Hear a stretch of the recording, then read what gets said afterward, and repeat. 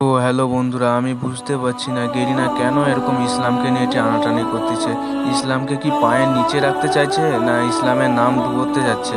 Garena, তুমি কি চাও আমাদের ইসলাম ধর্ম থেকে আমাদের পছন্দের গেমটা ছেড়ে দিতে?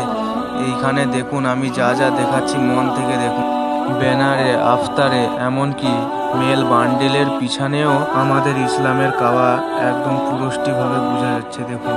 আর একটি মেন জিনিস যেটা দেখাতে চলেছি সেটা হচ্ছে যে স্কেট বোর্ডে দেখুন একদম স্পষ্টভাবে বোঝা যাচ্ছে। আর এমনকি আমি ফটোও দিয়ে দিছি, দেখুন এই দুটাকে মিলিয়ে দেখুন যে ইসলামকে এইখানটায় কতটাই ছোট করতেছে।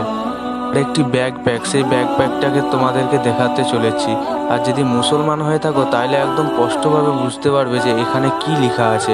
আর বন্ধুরা, ভিডিওটা যত পারো যত ভাইরাল করবে।